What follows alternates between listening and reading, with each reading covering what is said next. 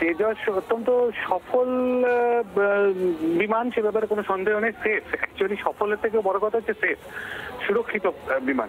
কিন্তু এই যে এয়ার শো হয়, এয়ার শোতে অ্যাক্সিডেন্টের চান্সটা একটু বেশি থাকে। তার কারণটা হচ্ছে এখানে বিমানের যে ক্ষমতা সেটা ম্যাক্সিমাম দেখানোর চেষ্টা করানো হয়, যার ফলে অ্যাক্সিডেন্টের চান্সটা একটু বেশি হয়। বাট তার মানে এই না যে মানে এয়ার শো হলেই সেখানে অ্যাক্সিডেন্ট হতে হবে। এটা অত্যন্ত দুঃখজনক ঘটনা। ইনভেস্টিগেশন নিশ্চয়ই হবে, হলে বোঝা যাবে এক্স্যাক্টলি কারণটা কি।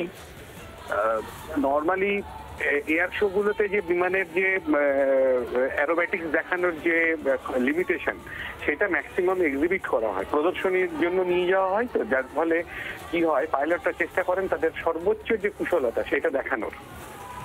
একটা জিনিস জানতে চাইছি স্যার, 500 ফিটের নিচে, মানে 500 ফিটের চেয়ে কম উচ্চতা ছিল এই বিমানটির যখন এই ঘটনা ঘটে বলে সূত্র মারফত জানা যাচ্ছে। বিমানটির ভিডিওতে দেখা যাচ্ছে যে ফ্রি ফল হচ্ছে, নোজ ডাইভ করছে, একদম নিয়ন্ত্রণ হারিয়ে গেছে বোঝা যাচ্ছে।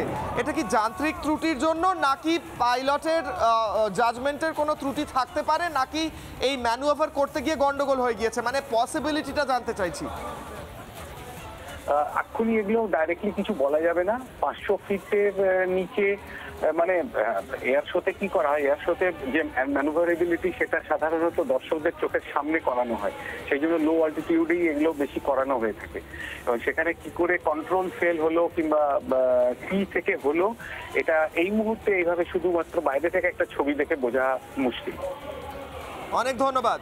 আমাদের সঙ্গে ছিলেন প্রাক্তন বায়ুসেনা আধিকারিক বিভাস বাবু, এবং তিনি স্পষ্টতই জানালেন এই মুহূর্তে কারণটা বলা মুশকিল, কিন্তু অত্যন্ত মানে যে লিমিট আছে যে কোনো একটা এয়ারক্রাফটে, সেই লিমিটের যতটা সম্ভব যাওয়া যায় সেই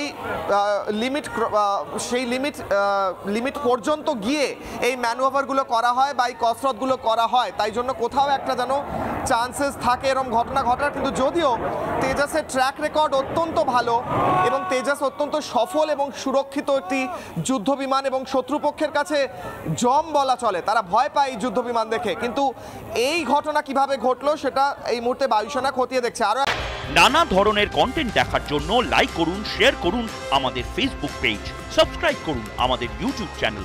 পাশাপাশি অন্যান্য ব্রেকিং নিউজের জন্য অবশ্যই চোখ রাখুন রিপাবলিক বাংলায়।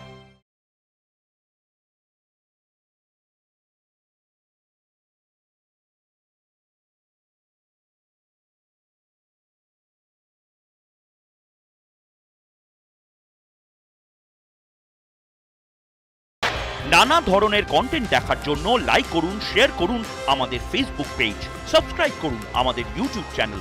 পাশাপাশি অন্যান্য ব্রেকিং নিউজের জন্য অবশ্যই চোখ রাখুন রিপাবলিক বাংলায়।